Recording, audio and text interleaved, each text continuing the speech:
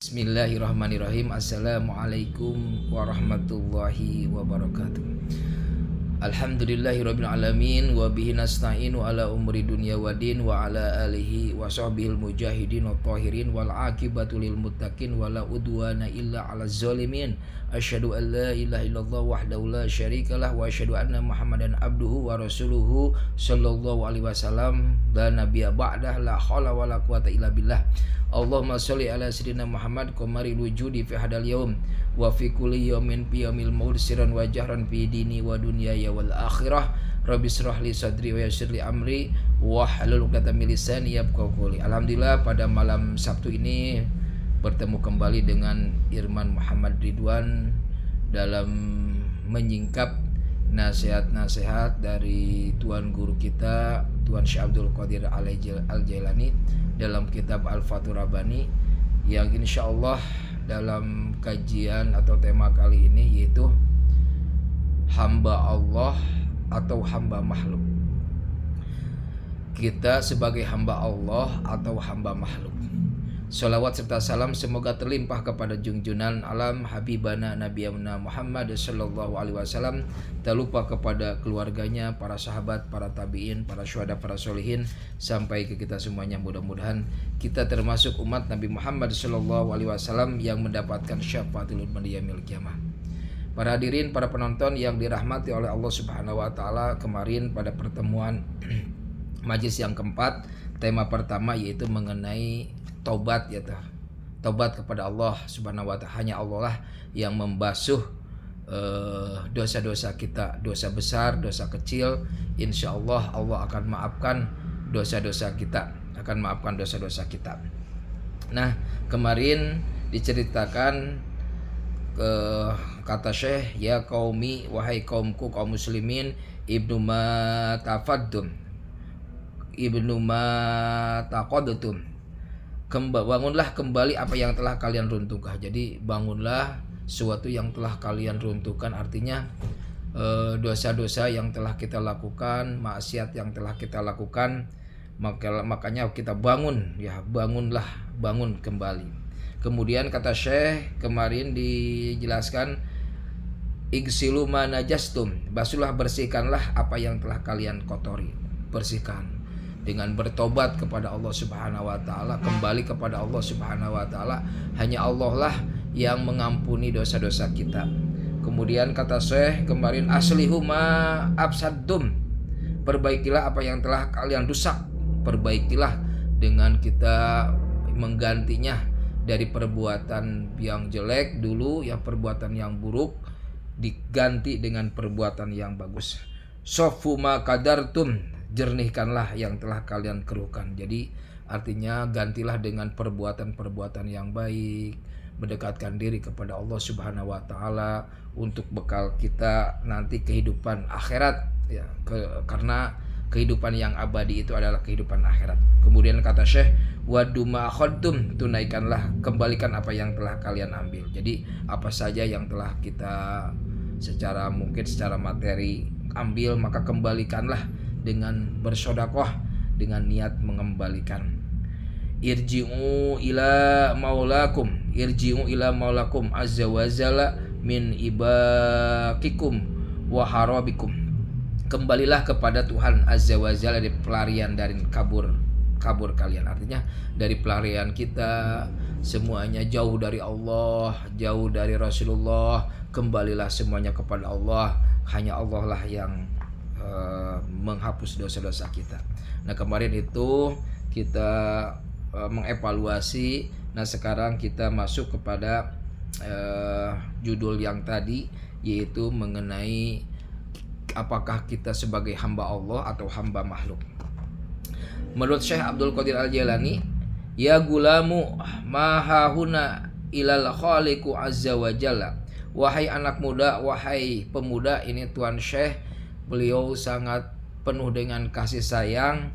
Kalau memanggil kita itu adalah wahai pemuda, wahai anak, wahai kaum muslimin, ya, dengan penuh kasih sayang nasihat tersebut. Tiada di sini melainkan Sang Pencipta Azza wa Jalla. Jadi tentunya kita La ilaha illallah, tiada Tuhan selain Allah. Kata Syekh, tiada di sini melainkan Sang Pencipta Azza wa Jalla. Tekadkanlah yang namanya tauhid, ya. Tauhid kepada Allah, la ilaha illallah. Kata Syekh, pernah dikatakan dalam majelis sebelumnya bahwa pondasi itu adalah tauhid dan bangunannya adalah rumah, bangunannya adalah syariat. Pondasinya adalah tauhid dan bangunannya adalah syariat. Jadi antara tauhid dan syariat tidak bisa dipisahkan. Jadi salah kaprah kalau misalkan ajaran-ajaran Syekh itu banyak penyelewengan ya, sesuatu yang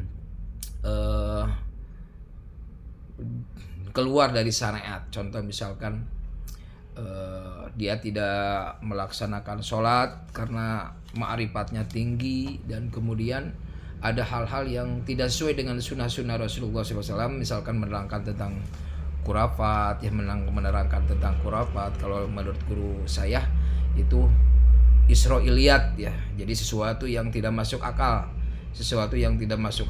ya. Artinya apa? Akal di sini yaitu harus dibarengi dengan keimanan. Contoh nih, bukannya berarti dalam Al-Quran juga dijelaskan mengenai Isra Mi'raj itu adalah bentuk mukjizat dari Allah Subhanahu wa taala, ya.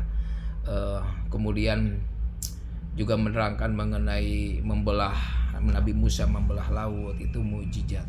Kemudian pahala yang tinggi, ya, mengenai pahala Lailatul Qadar, ya, misalkan satu malam itu diganti dengan 1000 bulan, itu diceritakan juga itu dalam Al-Quran. Nah, kalau melebihi, ya, dan tidak ada sesuai dengan sunnah Rasul mengenai khurafat Israiliyat, ya, Israiliyat yang tidak ada diterangkan dalam Al-Quran dan sunnah Rasul, itu bukan ajaran Tuan Syekh Abdul Qadir Al-Jailani. Kata Syekh tegas bahwa saya tidak mengurangi dan menambah sunnah Rasulullah SAW. Kemudian kata Syekh, fa in kunta ma'al khaliqu fa anta abduhu, maka jika engkau bersama Sang Pencipta, engkau adalah hambanya. Ya Allah, mudah-mudahan kita ini selalu dimanapun kita berada, kita harus ingat Allah berada, ya, kita beribadah kepada Allah dimanapun, ya, kita ingat ke Allah. Nah, kita harus menjadi hamba Allah, maka di hadapan Allah itu harus rendah hati, rendah diri, ya. Kalau kita merasa hambanya, laksanakanlah perintah-perintah Allah, menjauhi larangannya, takwa kepada Allah Subhanahu wa taala. Itu salah satu menurut Tuan Syekh, yaitu kalau kita menjadi hamba Allah, yaitu salah satunya menjalankan perintah Allah dan menjauhi larangannya. Maka jika engkau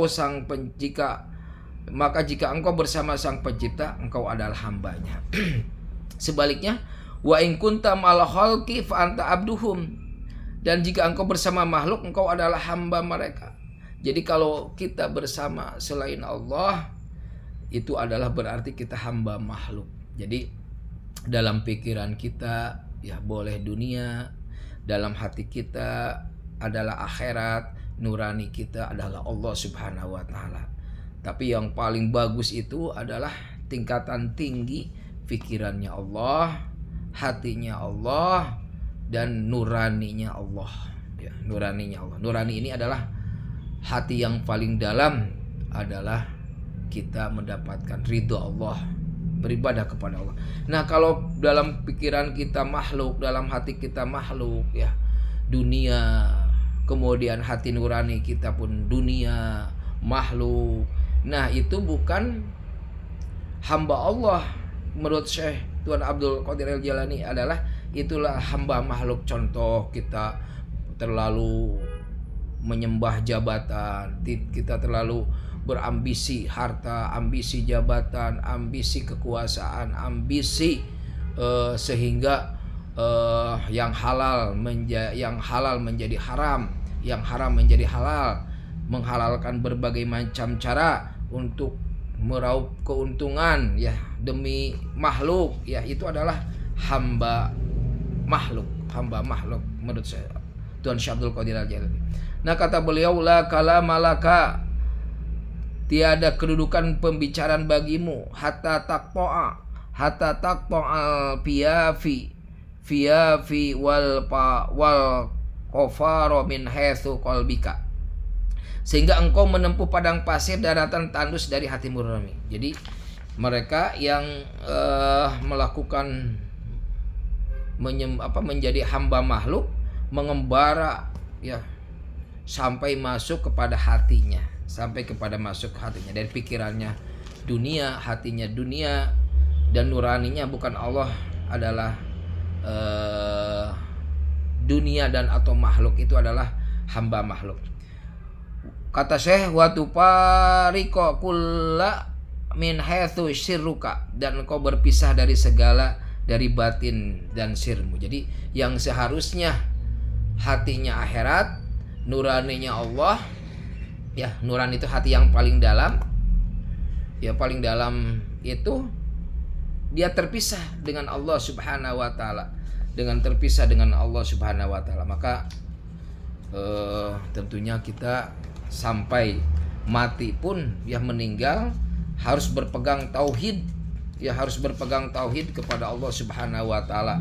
Yang namanya syaitan itu selalu membisikkan ke dalam dada manusia, dan sampai meninggal pun itu yang namanya syaitan itu akan selalu kita menghancurkan kita, mempelesetkan kita ke dalam jurang neraka. Nah, dijelaskan juga dalam riwayat ya bahwa menjelma menjadi orang-orang yang dicintai, ya dia menjadi ibu, menjadi bapak, ya dia supaya menyelewengkan supaya menggoyangkan akidah, menggoyangkan tauhid. Makanya ada hadis, man qara'a fi akhirih la ilaha illallah dakhalal jannah, barang siapa yang di akhir hayatnya mengatakan la ilaha illallah, itu dakhalal jannah, akan dimasukkan ke dalam surganya Allah Subhanahu wa taala. Kemudian kata Syekh, amma ta'lamu anna talibal haqqi azza wa jalla rajulun mufariqu kulli, ya. Tidakkah engkau tahu bahwa pencari zat yang maha benar azza wa jalla adalah seorang lelaki yang memisahkan diri dari segalanya. Artinya dia dalam hatinya Allah, dalam pikirannya Allah, ya dalam hatinya Allah, hati nuraninya Allah, memisahkan diri dari kehidupan dunia, kehidupan makhluk. Artinya apa?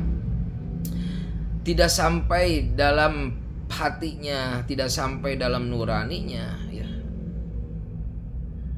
Dan kita tidak bisa lepas dari kehidupan dunia. Ad-dunya balagul akhirah. Dunia itu jembatan menuju akhirat. Bahkan dunia ini adalah bekal kita untuk kehidupan akhirat. Wa ma khalaqtul jinna wal insa illa liya'budun, dan aku tidak ciptakan jin dan manusia kecuali ibadah. Nah, ibadah inilah menjadi bekal kita nanti di akhirat, ya, bekal kita di akhirat. Kemudian kata Syekh, qad tayyara, telah terombang-ambing dalam gelombang ma'rifat. Jadi kedekatannya kepada Allah, sudah dekat dengan Allah, sudah dengan ma'rifat, sudah mengenal Allah, saking dekat-dekatnya hatinya, pikirannya, nuraninya adalah Allah. Menyampingkan kehidupan dunia, kehidupan makhluk, ya. Jadi dalam hatinya telah terombang-ambing dalam gelombang ma'rifat, kedekatannya kepada Allah Subhanahu wa taala luar biasa. Itulah salah satu sudah menjadi kekasih Allah. Jadi pada intinya para hadirin semuanya yang dirahmati oleh Allah Subhanahu wa taala, pada intinya belajar mengkaji kitab beliau, nasihat-nasihat beliau ini pada intinya adalah bagaimana kita menjadi kekasih Allah. Nah, di sini salah satu menjadi kekasih Allah telah terombang-ambing dalam gelombang ma'rifat. Baik saya telah menyampaikan di majelis 1 menjadi 18 tema, kemudian majelis 2 menjadi 13 tema, majelis 3 menjadi 16 tema. Sekarang masuk kepada majelis keempat ya. Tema yang kedua, bagaimana menjadi hamba Allah. Apakah engkau menjadi hamba Allah dan hamba makhluk? Itu adalah semuanya bagaimana kita supaya menjadi kekasih Allah. Kalau sudah menjadi kekasih Allah, ya diterangkan itu akan apapun yang kita pinta itu Allah akan berikan kepada kita ya. Allah berikan kepada kita. Telah terombang-ambing dalam gelombang ma'rifat. Kata Syekh, id kullu syai'in minal makhluqati hijabun bainahu wa bainahu azza wa jalla. Karena setiap sesuatu dari makhluk adalah dinding pemisah antara dirinya dengan Allah. Jadi kalau hati kita ada makhluk, pikiran kita ada makhluk, itu dinding pemisah ya, dinding pemisah. Jadi harus benar-benar kita mencintai Allah Subhanahu wa taala, yaitu dengan menjalankan perintah Allah dan menjauhi larangannya. Nah, pemisah karena setiap sesuatu dari makhluk adalah dinding pemisah antara dirinya dengan azza wa jalla. Jadi makhluk dunia itu pemisah. Kata Syekh, ma'a ay syai'in wa qafal hujiba bihi. Ma'a ay syai'in wa qafal hujiba bihi. Dengan apapun dari makhluk ia berhenti atau terikat padanya, maka akan terhijabnya terhalang karenanya.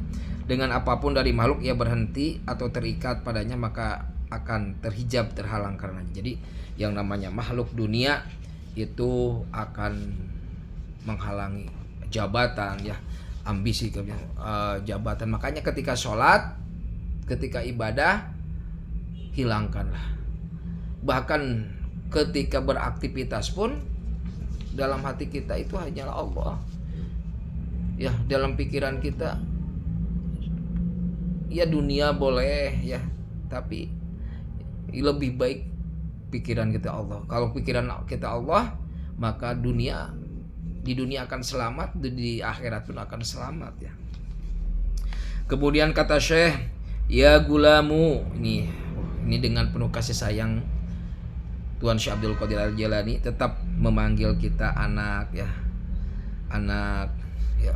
Kemudian la taksal, wahai anak muda, janganlah engkau pemalas. Jangan pemalas apa? Baik kita dalam Tuan Syekh Abdul Qadir Al-Jailani itu sebetulnya rendah hati ya, tidak sombong dan sangat bertanggung jawab terhadap keluarga. Bahkan dia bekerja ya. Bahkan ada dalam suatu majelis itu dikatakan bahwa dia memberikan pendidikan kepada anaknya. Tidak malas. Syekh itu tidak malas bekerja di dunia, tapi bekerjanya tadi harus ingat kepada Allah. Harus ingat kepada Allah ya, dimanapun kita berada. Jangan malas. Fa inna kaslana yakunu abadan mahruman. Karena sungguhnya orang yang malas akan senantiasa menjadi orang yang terhalang dari kebaikan. Jadi orang yang malas itu akan dalam kehidupan kita malas pangkal bodoh ya. Dulu kan ada peribahasa malas pangkal bodoh, artinya orang yang malas itu jauh dari rizki, jauh dari karunia Allah, rahmat Allah, malas ibadah, malas bekerja, malas berbuat kebaikan, malas berzikir. Itu malas itu dari setan ya, dari setan malas tersebut, maka akan terhalanglah kebaikan. Kemudian kata Syekh, wa nadamatu fi riqihi ya, Dan penjelasan selalu menyertai air liurnya tenggorokannya orang malas. Orang lain bekerja, ini tidak mau bekerja. Ya, banyak orang yang meminta ya, tapi masih gagah, masih kuat. Nah, itu sebetulnya tapi kata Syekh itu tidak memandang. Ya, kalau kita kan suka berpikir ini anak muda, tapi peminta-minta itu adalah pemalas. Kata Syekh, dalam itu tidak diterangkan mengenai apakah muda atau tidak. Yang penting kalau ada peminta-minta, kasih saja. Nah, kalau digambarkan tadi pemuda peminta-minta, itu orang tersebut berarti harus diperbaiki karena malas. Nah, karena malas tidak mau mencari nafkah, padahal dia masih kuat ya, masih kuat. Nah, dalam pekerjaan itu yang malas itu akan menurunkan kredibilitasnya, akan menurunkan nilai kerjanya ya, nilai kerjanya. Tapi kalau rajin, tentunya insya Allah akan di mata manusia, mata Allah pun, kalau rajin ibadah, kalau rajin kita dalam kebaikan, maka Allah pun akan ridho ya.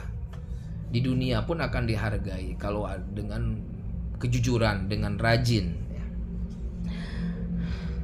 Kemudian kata Syekh, jawadu am'alika au jawadu am'alika, dermawanlah dengan amal-amalmu.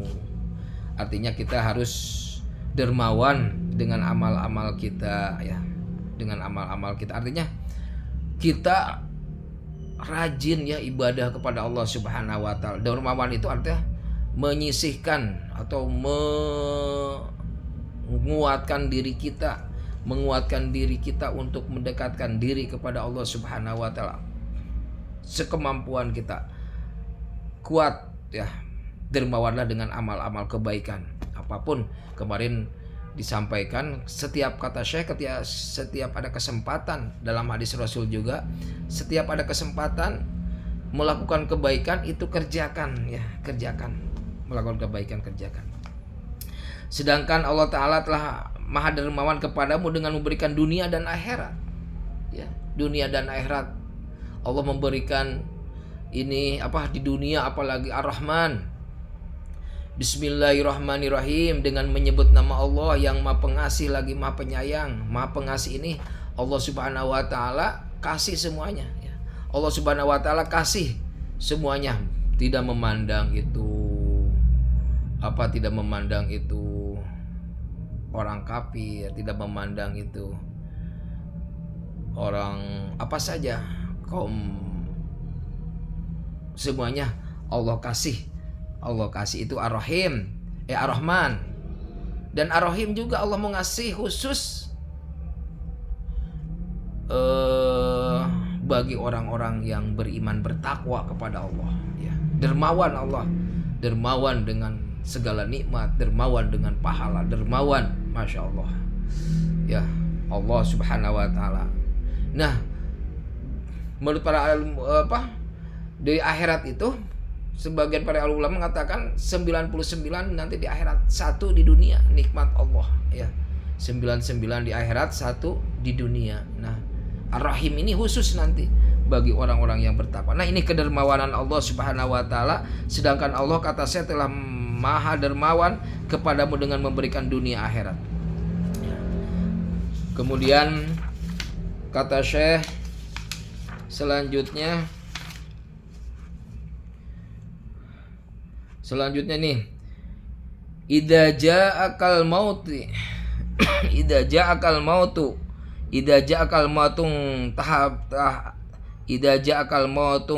tabahta waqtala yang fauka al-intibahu Allahumma nabihna min naumatil ghafilina ankal jahilina bika amin ya. Nah, karena Abu Muhammadil Ajami rahimahullah, Abu Muhammad Ajami, semoga Allah Ta'ala merahmati ya. Jadi Syekh Abdul Qadir Al-Jailani menukil salah satu gurunya ya. Di sini dijelaskan Abu Muhammad Al-Jami, semoga Allah Ta'ala merahmatinya, dahulu berkata dan berdoa, Allahumma ja'alna jidina kana yuridu ayyakula Allahumma ja'alna jiadan fala yutawi'uhu lisanuhu. Ya Allah, jadikanlah kami orang-orang baik yang hendak mengucapkan, ya Allah, jadikanlah kami kuda-kuda yang cepat tangguh namun lidahnya tidak menurutinya. Ya, lidahnya menurutinya. Ya Allah, jadikanlah orang-orang yang baik ya. Jadi Syekh ini mengutip gurunya ini, ya Allah, dengan doanya, ya Allah, jadikanlah kami orang-orang yang baik yang hendak mengucapkan, ya Allah, jadikanlah kami kuda-kuda yang cepat tangguh namun lidahnya tidak menurutinya ya. Kemudian kata Syekh, barang siapa yang merasakan maka sungguh ia telah mengerti. Jadi barang siapa yang merasakan maka ia sungguh mengerti. Jadi kedekatan kepada Allah Subhanahu wa taala ia akan mengerti. Kemudian kata Syekh, husnul isyrati ma'al khalqi wal muwafaqahu lahum ma hududi syar'i ridahu hasanun mubarakun. Pergaulan yang baik dengan makhluk yang dan menyesuaikan diri dengan mereka selagi mereka dalam batasan syariat, keriduan dan baik dan diberkahi.